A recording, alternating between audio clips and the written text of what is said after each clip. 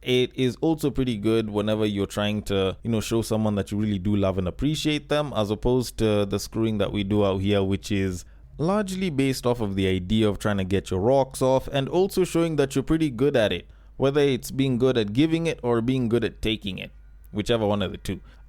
So that's definitely one of the pros. The cons with it is the royal penis is clean, Your Highness. welcome to the Breakdown Podcast, where I talk about love, sex, and relationships from a guy's perspective, as well as a bunch of other guy shit. The man on the mic is a man who likes his women the same exact way he likes his yogurt. He is also a man who may include skipping leg day to his cardio routine. It is none other than a tall, dark, and mildly handsome man, Sir Denver B, and I am here to speak on the unknown. Yes, actually, this episode is precisely on the unknown. The fact that there is a bunch of unknown, and I am trying to make it a little bit more known. Not because I'm the smartest person in the world, but because I have some experience with some of these things. Considering that I have been a guy for basically all my life, and I'm also a particularly single person. So I might have some idea on, addressing some of the unknowns that are here, because I have a man that is recently out of, I'm guessing, a long-term relationship who's having some trouble with being single, and I have a lady that seems to be having some trouble with guys and the fact that she is trying to get out of singlehood. And I do intend on addressing both of them accordingly. So should you agree with it? Should you disagree? Should you have a different form of feedback? Usually I tell you to go to the DMs and you can give your thoughts there. But all in all, I hope you do listen all the way till the end, and I hope you do like what you're listening to. And should you like it, should you not like it, should you have a different form of feedback, or should you want to suggest a particular topic or guest that I should have on the podcast, then the DMs are always open and my socials are always in the description. They rarely ever change. And should you not feel like checking the description, you can always listen all the way till the end, because I mentioned them at the end as well. Okay, but all in all, thank you so much for listening, and I should definitely get into the topics for today. Now, first of all, I want to kick things off by talking about the idea of being single and how some experiences that we have as single people will differ quite a bit whenever it comes to you being in a relationship. Now, it's not like, the status change isn't supposed to make any changes, but there's some instances where people think that one thing is going to be the same on one end versus the other, and it just doesn't turn out that way. In this particular case, I'm discussing something that I feel is probably even a little bit more interesting than that, and that is the idea of sex. Now, a influencer on TikTok by the name of Togu, who I have covered on this podcast even very recently after his whole breakup situation happened, has recently come out on TikTok to address the fact that, people having sex out here is very different from how he believes it used to be back in the day. Now, I'm gonna let his clip play because it's particularly short, and he kind of does ask that question fairly straightforwardly, if I can put it like that, and then I can get into my thoughts on it, because I've probably been single way longer than he has. Okay, I've definitely been single way longer than he has. So I might have some response or some answer or answers as to why it is that this might be the case. So let me just let the clip play. So without further ado, being single has taught me people don't make love no more. Manze mnakulana kama sungura tu. What happened to the sensual art of intimacy? People don't even kiss. Like, what?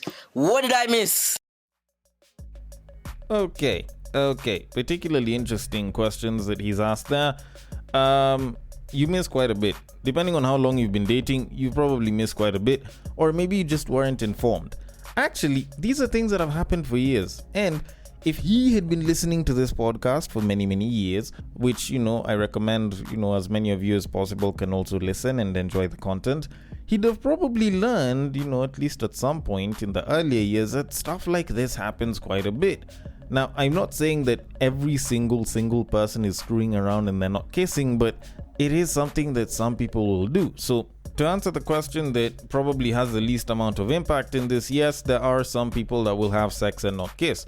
Now, the explanation behind it is actually pretty simple, because for quite a number of the people that do that, they try to detach themselves as much as possible from any level of emotional attachment or intimacy whenever they're having sex, and they focus on the act itself. So they just go and they hit it like there's no tomorrow, or they take it like there's no tomorrow, and they ensure that they get their rocks off, and afterwards, that's that, not much thought about it, and they can move on with their merry lives.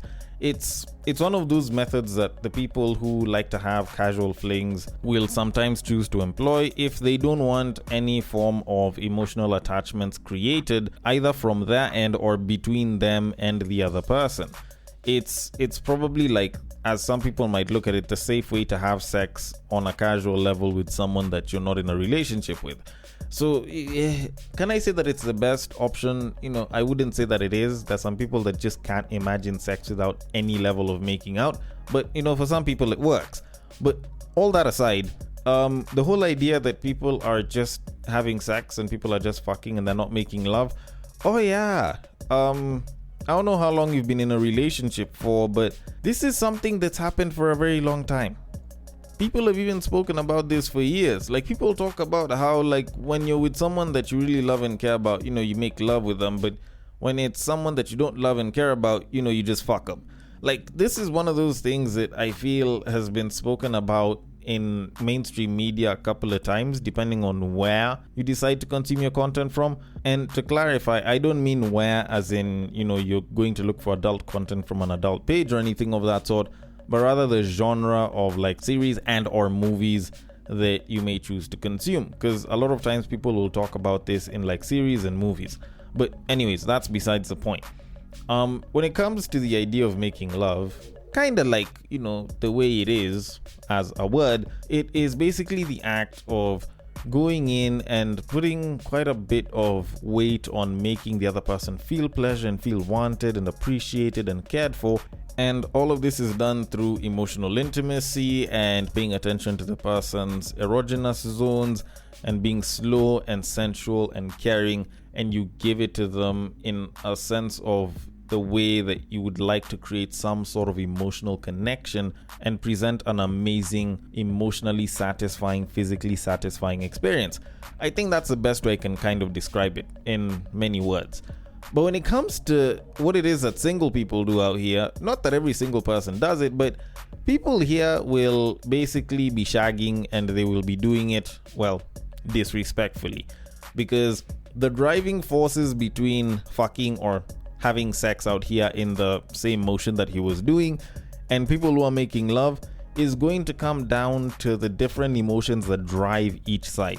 When people are busy making love, there's a certain level of care and I'm not gonna say respect per se, but there's a level of care and emotional weight that is put on the entire act, and you have to care about the other person's feelings, and you try to make them feel as much pleasure as possible. So, like, it's from a point of affection and I'm not gonna say love, but desire on a level that is beyond lustful. Okay? But when it comes to, when people are fucking out here, single people, provided it's just a casual thing, like, that is from the primal urge to get your rocks off. That is the simplest way to put it, because it is actually quite the primal urge. Like, it reaches back to our core as beings and living things that have a desire to mate. So, like, this doesn't touch on us as humans, this touches on us as animals, which is why I said primal. So the desire to get your rocks off and, how best you can do it is kind of usually the key thing that people will pay attention to whenever people are just shagging or screwing or whatever other word that I can use to replace the F word, since I might end up using it so much just to explain this. Now, at the end of the day, both have their pros and cons. Now, when it comes to making love, the biggest pro that's there is you use it to develop an emotional connection with the person that you're doing it with, and it can deepen the bond that the two of you already have if you do have a bond or a chemistry of some type. It is also pretty good whenever you're trying to, show someone that you really do love and appreciate them, as opposed to the screwing that we do out here, which is largely based off of the idea of trying to get your rocks off and also showing that you're pretty good at it, whether it's being good at giving it or being good at taking it, whichever one of the two. So that's definitely one of the pros. The cons with it is it's not like it's something that you can do with every single person that you are sleeping with. If you're going to do it with multiple people, not unless if you're a polygamous person. And even then, the more people you do it with, the less value it can carry over time, because at that point it now starts to seem like a performance less than an act of care or affection towards the opposite sex, or someone that you deeply do care about from the opposite sex or same sex if you play against the home team. Now, when it comes to just good old-fashioned screwing, the pros that come with it is you have no connection that you have to create with a person. Y'all are just doing it for the primal urge of getting your rocks off. That is quite literally it. Also, considering that it is a primal act, if you're into power hierarchies, then this is a pretty good place where you'll kind of see them happen. The idea of being a dominant partner or a submissive partner when it comes to sex, when it comes to mating, you'll see that quite a bit, and it's part of the reason why you'll find sex therapists like Maurice Madeka busy talking about how you have to fuck her disrespectfully so that, it becomes a good experience for the both of you. And, there are some women that may prefer to be the more dominant one, and some men that might prefer to be more submissive. And if you're into that kind of role playing, then it can really work out for you. Also, it's something that you can do with multiple people if you're into that kind of thing. And while it's not supposed to be a bad experience, it is something that can be experienced over a short and a long period of time. There's people that will go and they'll do a quickie for a couple of minutes. There's other people that will be going for the entire night.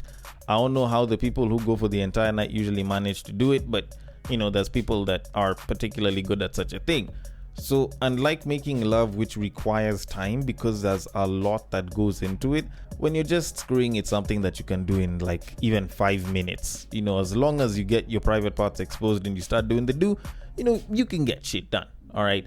But when it comes to the cons, there is very little emotional connection that's there, although sometimes it can form over time and it can sometimes present issues. But all in all, it is supposed to be a mostly emotionally detached act that people will do.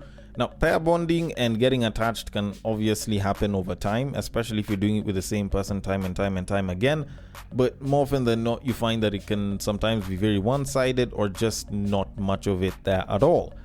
Then the other con that's there, since that can be a con for some people, is the fact that considering that making love and, doing the do have different driving forces, what is considered good on each end is going to be different as well. When you're making love, the fact that you're trying to create an emotional connection more often than not means that what will be judged as a good or a great experience is going to be how you make someone feel throughout the entire thing. Screwing, on the other hand, is more of a skill-based issue. Well, skill and physicality, but more so a skill-based issue. In that if you have the skills and you seem to be packing the parts, if you are required to have the requisite parts, then your performance will be judged based on how it is that you made someone feel during and probably even after orgasm, as opposed to how it is that you made them feel on an emotional level. So oftentimes you'll find that someone might be rated poorly because they didn't perform as well, or their performance tools weren't working all that nicely, while when it comes to making love, that carries a lot less weight. Either way, whichever one you prefer, go for it. But as always, please remember that it's not like each is more superior to the other, and that you should only do one and not the other. But anyways, with all that said, and it's actually weird that I've spoken so much about this, I am going to leave it at that and move it on to our main topic of this episode, which involves a single woman complaining about why men aren't committing. Now, for some reason, this is something that we've been hearing quite a bit today, or at least let me speak for myself and say this is something that I have heard being spoken about quite a bit these days, and it's just the idea that men aren't committing as much as they used to, or there's a lot of men that even when they're in a great position and they seem like they would make for great partners, just don't want to commit. And it is something that's been brought up quite a bit. It is something that I have tried to address every so often. But in this particular case, I feel like it's a little bit interesting. Not that it's a bad thing, but I feel like the reasons that need to be put down today will at least try to explain why it is a lot of men at least today, in today's day and age, may not be super interested with the idea of commitment. Now, all of this did start because of a Reddit post that I saw earlier this week, and it was written by a woman, and it was titled "Why a Guy is Never Ready for a Relationship." So I am going to read the post, then give my thoughts on it, and maybe even read one or two comments. So the post says, and I quote, "So I'm 20 years old, female. I have a lot going for me, but for some reason dating has been really hard. The last 4 people I've been involved with gave me the same reasoning for ending things. I'm not ready, or I'm not looking for a relationship right now. I was told this by people who did all of the relationship things with me. They have all attempted to rekindle later on, whether it's months or even a year later, and none of them lasted long. I believe the longest was a little over 3 months. I just don't get it. I'm referring to the last 2 years of my dating life. Previously, I was in a relationship with someone who cheated on me with a coworker at his brand new job. He knew her for 3 months and she got pregnant. Before him, both of the relationships I was in, I was also cheated on. So that took some healing. But it didn't scare me away from dating. I'm all for taking responsibility for my own mistakes, but I just can't think of anything that I'm doing to cause the exact same situation to repeat, besides the fact that I'm honest and upfront with my intentions. I'm not scared to say what I think or request clarification on things. It's not that I say immediately that I'm in love, but I will express that I have feelings for them, or I will ask what they feel for me when it gets to that point. Shortly after I reveal how I feel, they always suddenly become not ready for anything. What should I do? Does anyone have any idea why this happens? I know, of course, it's subjective to the individuals, but it's a pattern that is starting to make me wonder if it's because of something I'm doing wrong." End quote. Okay, interesting post. And at least this babe has mentioned the fact that she's been having issues with guys committing, and the fact that some of the guys that she's been committing to, or at least the previous guys she's committed to, seem to be, for lack of a better terminology, good at playing away games. Now, I do have a couple of comments here that did try to answer this entire thing. So the first one said, and I quote, "I'd ask why you keep attracting emotionally unavailable people. There's plenty of guys who want a girlfriend, just not the ones you're dating." End quote. And this might actually be true. Maybe she is attracting emotionally unavailable people. It's very likely. Although I tend to feel as though the idea of emotionally unavailable people might mean that they're just nonchalant. And for many of the emotionally unavailable or nonchalant people, they'll usually have some level of avoidant attachment, which normally doesn't mean that they'll screw around. But for most of them, it's just them not being in the best emotional position from a psychological perspective to handle having a relationship. But, I could be wrong about that. But with that said, let's look at the next comment, which says, and I quote, "Let's put it succinctly. Guys your age want to ejaculate in a vagina or other orifice with little to no commitment until they get their own biological clock going, which is likely 10 years away." End quote. And do I think this is true? You could say that to a pretty good degree. She is 20 years old. A lot of guys when they're 20 aren't really trying to, find a wife or some shit. It doesn't mean that they don't want to commit though. There are quite a number that might choose to fuck around, but for the most part, I do tend to feel as though most of those guys will usually be wanting a relationship, but they don't want a very, very serious relationship. Maybe she's asking for something that will lead to marriage. Maybe she's wrong for doing that, but honestly, I don't think that's the case. Then on to the last comment that I saw here, which said, and I quote, "Older guys that are dating younger girls also either want to ejaculate or control.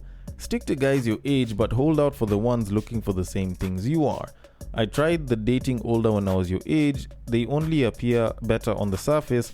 Underneath, they are much, much worse." End quote. And to this, I say that I totally agree. Okay, not the part of having experience. I don't have that kind of experience per se. But, I do see quite a lot of guys that are dating very, very young women, and I wouldn't say that they want to date for the same reasons you are. But I'll touch on that in a little bit. What I can say for a fact is, dating intentionally is hard. Regardless of whether you're in your 40s, your 30s, or as this woman has clearly shown, even in your 20s. Dating intentionally, being the person who's okay, I'm actively searching and trying to find someone to date, honestly, in my opinion, I feel like is one of the harder things that people don't talk about. Mostly because, like, for you might be trying to be intentional because you want something serious, and the other person is in it for vibes. And you have to entertain that person so that you find out that they're in it for vibes. It's kind of like the joke that usually says that you never really know when to stop wiping up until you see that there's nothing more to wipe. For the people that know it, you kind of know what I'm talking about. And for those who don't, you can probably look it up on ChatGPT. But anyways, the long and short of it is, like, it is a very tough thing to do. And especially if you're actively doing it and you're trying to go on multiple dates with people, it can really, really wear you down as far as experiencing the dating market head on is concerned. But that said, I feel like for this particular babe, and I know this is going to sound very wrong, but the kind of guy that she sounds like she wants is far older than her, and unfortunately, she isn't what they want. Alright? Now, let me explain this. The way the last commenter had said that if she tries to go and date older guys, she might not get the best experience because a lot of them will probably want to control. This is very true. I've noticed that a lot of guys that want to date and be with women that are very, very much younger than they are, like a massive age gap younger, like in the close to 10 years region and shit, like a lot of them do seem to want a partner that they can control and a partner that they can dominate. And I remember speaking about this from the whole dominance perspective when I was talking about, dating someone that's much older than you when you're a guy versus when you're a woman. So like the whole dominance hierarchy thing where it's like, because I am that much older than you, you have to respect me because I am an older person. Now, there is a level of control in that, and there's some people that kind of like it. And while it's not a bad idea, and while I don't think it's anything really wrong with the people that will choose to do that, what I notice is this babe sounds like she's very driven and she's doing quite a bit for herself. The problem is, while that's a great thing for her, it's not a great thing for the guys that are like 10 plus years older than her, because by the time those guys are choosing to date someone that's 10 years younger than them, they're looking for something completely different. Alright, a guy who's in his early to mid 30s, if he's choosing to date someone who's 20 years old, like, they want a babe who's very youthful, who's very energetic, and I'm not gonna say keep them young, because, like, technically they're still pretty young, but such types of guys usually tend to prefer younger babes because of the stuff that makes young babes. Like the whole thirst for adventure, the likelihood of exploring, the whole I just recently became an adult so I can enjoy a bunch of shit in life. Like that kind of like bubbliness and personality is what makes them pretty attractive as an option. So they decide to date you and they notice that you're serious and you're trying to be, or you are mature and you seem very driven. Like you've ruined the fantasy. If they wanted someone who's driven and mature, they'd have gone for a babe that's like 27, 28, 29, 30 years old, maybe even their own age if they're a little bit above 30. So it does kind of mess up the whole idea of dating a bunch of years younger for a lot of these guys, which is why I'm saying, like, she might be interested in them, but they're not interested in her for the same reasons that she's interested in them. Unfortunately, if I was to advise such a person, I'd tell them to just date within their age range. Date like 2-3 years, maybe max 5 above their age. And that's mainly because they probably have a lot more in common with each other, and they can probably understand each other and have a better partnership as far as dating is concerned. But with that said, like, there's a lot of guys that aren't committing, and at some point, much as she didn't mention on the main text, she did talk about how a lot of guys her age just seem interested in drinking, bumming, and nothing too serious, and they seem to just want to shag everywhere. And the truth of it is, like, yes, that's definitely the case, but that's something that is very directly related to their age. They're young guys, they're just starting to experience life, and a lot of them are starting to have sex pretty early. So if a bunch of them want to fuck around, that's something that's going to happen. If anything, if you look at the babes at that age, they're also trying to do roughly about the same thing. But with that said, why aren't most men committing? It's something that's been brought up, and I know in the 70s there were probably people that were committing at the age of 20 and they were trying to have kids and shit, but it's not really the case right now. People are taking longer to commit, and some guys aren't even committing at all, regardless of age or their status or how they're doing. So the question is why? And I'm going to answer it in about 3 points so that it doesn't seem like it's a laundry list of things, because I feel like these 3 points kind of encapsulate why pretty largely and pretty well. So the first reason that I can say that a lot of guys aren't committing is they just don't have the money. And I know this is probably going to sound like BS, as a lot of guys who have money. I even covered a story on that, and it sounds like BS, but the largest chunk of guys aren't getting as many access to opportunities out here, and as such they just don't have the cash to really be in the dating market. And I've spoken about this ever since as far back as 2024, where I was talking about there's a lot of guys nowadays that are in a position where they feel like they're too broke to date. They aren't making as much money, and what babes say they want out here is just out of their price range. So even when they think about trying to date a babe, especially with the likelihood that it won't turn into something serious or it won't turn into something solid, then the chances that they'll probably do that kind of start to go down the drain. So there's a pretty good chance that if more young men made more money, then a lot more of them would probably be getting themselves into the dating market trying to commit. Then the second reason that I would probably give is commitment has become more of a choice than anything. And this isn't to say that commitment has never been a choice or people are forced into it or like guys feel like they have to commit, but let me put it like this. Nowadays, everything is tailor-made. You want food without having to cook it, you can take the food and just warm it, tailor-made.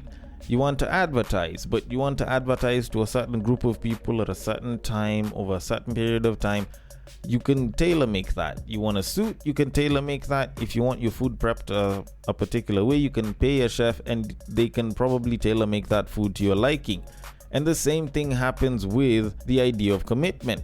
People are able to get about 80 if not 90% of what commitment can give them without committing, and that is through this thing that we call situationships, which, unlike a relationship or a full-on commitment that is meant to go on for as long as you two choose to be together, is essentially based on situation. That's the name. So if you want sex without the commitment, you have a situationship like that. You want commitment without the sex, there's a situationship for that. You want to do it with no label, situationship. You want full-on commitment without the pressure of commitment, situationship. Like, people have basically moved towards situationships that require less of the responsibility that comes with commitment and all of the pleasure and benefits that can come from commitment, and they do it without having to commit. Then last but not least, the other reason that I can give is that relationships have lost quite a bit of appeal today, and a lot of this can be down to a lot of the negative information that we get online, and also the fact that there's excessive choice. Just the same way people will talk about, oh, you know, whenever women go to Tinder, there's all of these guys. There's a lot of guys that would probably want to commit, but because they're DMing 5 babes and all of them look pretty good, they might want to hold off on commitment because there's a finer one with a fatter ass that they're still trying to woo. And that's for the guy that isn't trying to commit to more than one woman or isn't trying to sleep with multiple women at the same time. If you're talking about a guy that is okay with that, they might not be for commitment because they don't want someone to constantly ask them where they are or check their phone. They just want the excessive choice of being able to smash all of these women that they're seeing, whether or not they even end up actually doing it. And the fact that the idea of being in a relationship has lost some appeal has made it such that now there's so many guys that just aren't down to commit. And the problem is, this is something that has been growing. This is something that we probably should have handled much early on, but it's something that is going to continue. But is there a way to fix it? At least now that we've recognized that this is actually a problem. Honestly speaking, it is pretty hard, but I do think that there's ways that we can try to fix it on a social level and on an individual level.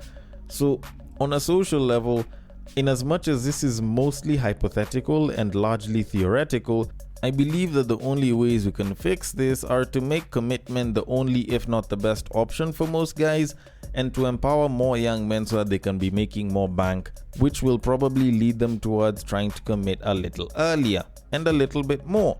Because, well, for most of y'all babes, like, the reason why guys aren't committing is because they can get it without the commitment.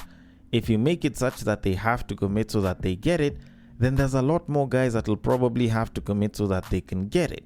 Yeah, we might have a few cheaters here and there, but I think a lot of guys might end up being particularly faithful if they realize that the relationship might actually be good for them. Then on a personal level, if not as an individual, I'd probably say that if you are in this babe's position, I'd say try dating within your age range, but probably look more towards conservative groups. But also, as you're looking in that direction, look for someone that has near as much the same interests as you, such that at least if you guys are driven together, it won't be as hard. But even though the other person might not be as driven, at least there'll be something that can keep the two of you together, besides the fact that the two of you may be interested in each other. And to kind of conclude all of this, what I am trying to say is most men aren't committing, but it's not because they're bad. Okay, it's mainly because society has created a world where commitment is either too hard or just not as good of an idea for a lot of guys, and as such they are choosing the next best available options. So maybe if we change that, we might have more guys committing than we currently do right now. Although then again, maybe I might be wrong about this, just the same I could be wrong about a bunch of other things, so I want your thoughts on it. The DMs are open. On IG, it is at the breaktime_podcast. On Facebook, it is at the breaktime podcast. On X, it is at Bagaka the D. And on Bluesky, it is at the breaktimepod.bsky.social. Thank you so much for listening all the way till the end, and I will catch you guys on the next break. But what I believe is that if you put a pastor and a prostitute in one room, one is likely to convert the other.